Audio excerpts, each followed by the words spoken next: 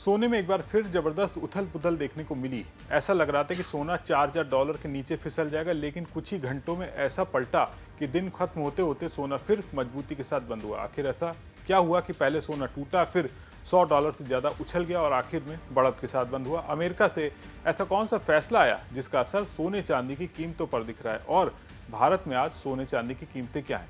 आज सोना चांदी के इस खास शो में हम आपको सब कुछ बताने वाले हैं, और वो भी विस्तार के साथ। नमस्कार, मैं हूं सौरभ दीक्षित और आप देख रहे हैं विस्तार। सबसे पहले बात करते हैं सोने की कीमत की। अमेरिका के कॉमेक्स एक्सचेंज पर अगस्त डिलीवरी वाला गोल्ड फ्यूचर $36.70 यानी करीब 0.91% बढ़त के साथ $4065 प्रति औंस पर बंद हुआ। लेकिन दिन भर का सफर बिल्कुल भी आसान नहीं था। दरअसल रात में मध्य पूर्व से बड़ी खबर आई। ईरान ने अमेरिका के सैन्य ठिकाने पर बैलिस्टिक मिसाइल से हमला करने की कोशिश की। हालांकि अमेरिका की एयर डिफेंस सिस्टम ने सभी मिसाइलों को हवा में ही नष्ट कर दिया, लेकिन इस घटना ने 14 दिन से चली आ रही सीज फायर यानी युद्ध विराम को खत्म कर दिया। युद्ध विराम खत्म होने का असर सबसे पहले कच्चे तेल पर पड़ा। पिछले कुछ दिनों में कच्चे तेल की कीमत करीब 14% गिर चुकी थी, लेकिन जैसे ही तनाव बढ़ा, WTI क्रूड ऑयल एक ही दिन में करीब 7% उछल गया।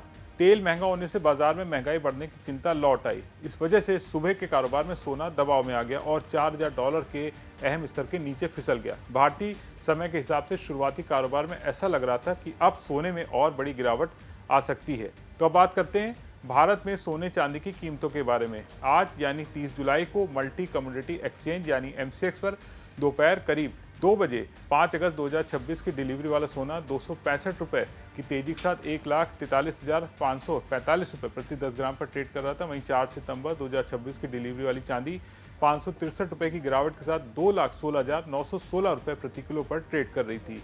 अब बात करते हैं अमेरिका से आए बड़े फैसले के बारे में। सबकी नजर अमेरिकी फेडरल रिजर्व पर थी। बाजार को इंतजार था कि अमेरिका का केंद्रीय बैंक ब्याज दर बढ़ाएगा या नहीं।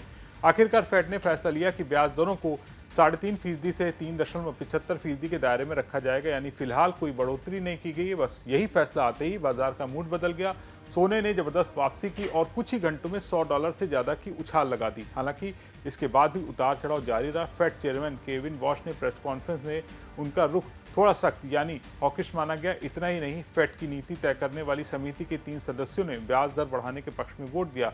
इससे निवेशकों को लगा कि आने वाले महीनों में ब्याज दरें बढ़ सकती हैं। इस खबर के बाद दोपहर में सोने में फिर तेज मुनाफा वसूली हुई और कीमत करीब $61.50 तक आ गई। लेकिन दिन के आखिरी घंटे में खरीदारी फिर लौटे और सोना आखिरकार बढ़त के साथ बंद होने में सफल रहा। अब अगर तकनीकी नजरिए से देखें तो बाजार ने एक अहम संकेत दिया है। सोने ने $3,960 के आसपास मजबूत सपोर्ट दिखाया, यानी इस स्तर पर खरीदार लगातार आ रही है।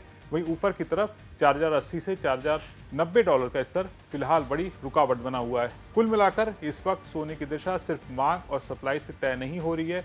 मध्य पूर्व का तनाव, कच्चे तेल की कीमतें, अमेरिकी ब्याज दरों और फेडरल रिजर्व के संकेत, ये चारों फैक्टर मिलकर तय करेंगे कि सोना आगे नई ऊंचाई बनाएगा या फिर एक और बड़ी गिरावट देखने को मिलेगी। यानी अगर आप सोने में निवेश करते हैं तो आने वाले कुछ दिन बेहद अहम रहने वाले हैं, क्योंकि अब बाजार की नज़र भू राजनीतिक घटनाओं और अमेरिका के अगले कदम पर टिकी हुई है। आपको क्या लगता है? कमेंट करके जरूर बताएं। वीडियो पसंद आया हो तो इसे ज़्यादा से ज़्यादा लाइक करें, शेयर करें और बिजनेस जगत की तमाम बड़ी खबरों को देखने के लिए बने रहें विस्तार के साथ।